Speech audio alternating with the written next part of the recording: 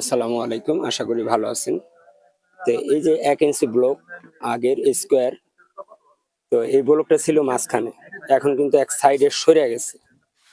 তো এখন আমি দেখি যে ওয়ান টাইম প্লাস্টিকে আপনার ব্লক বানায়। কিন্তু গুণা যে আবার মাঝখানে দেওয়া যায়, এটার আবার কি উপকার? এর আগে আমি তেমন একটা আমার চোখে পড়ে নাই। আমার চোখে এই প্রথমেই পড়লো।